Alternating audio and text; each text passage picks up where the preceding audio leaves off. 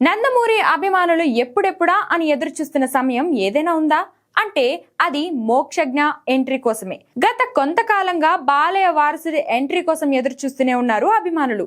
ఆ మధ్య మోక్ష హీరోగా ఓ సినిమా కూడా అనౌన్స్ చేశారు. Young and talented director Prashanth Varma దర్శకత్వంలో సినిమా ఉంటుందనే ప్రకటించారు. ఇక పూజా కార్యక్రమానికి సిద్ధం అనే సమయంలో ఎందుకో సడన్ గా ఆ ప్రాజెక్ట్ ఆగిపోయింది. అప్పటి నుంచి ఎలాంటి అప్డేట్ లేకపోవడంతో దాదాపు ఈ ప్రాజెక్ట్ అటకెక్కిందనే అంతా ఫిక్స్ అయ్యారు. దీంతో మళ్ళీ మోక్ష ఎంట్రీ ఎప్పుడు అని వెయిట్ చేస్తున్నారు నందమూరి అభిమానులు.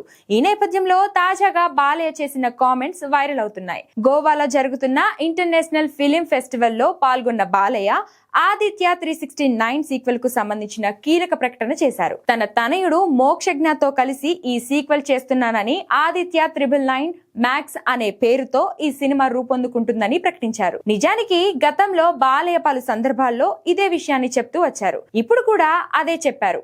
కానీ దర్శకుడు ఎవరు, సినిమా ఎప్పుడుంటుంది అనే విషయాలు వెల్లడించలేదు. దీంతో మోక్ష ఎంట్రీ మళ్ళీ మొదటికి వచ్చేసిందనే చెప్పాలి. కానీ ఆదిత్య 369 సీక్వెల్ కు క్రిష్ దర్శకత్వం వహించే అవకాశాలు ఉన్నాయని ప్రచారంలో ఉంది. ఇప్పటికే స్క్రిప్ట్ కూడా దాదాపు ఒక కొలిక్కి వచ్చినట్లు తెలుస్తుంది. కానీ అధికారిక ప్రకటన వచ్చే వరకు వెయిట్ చేయాల్సిందే.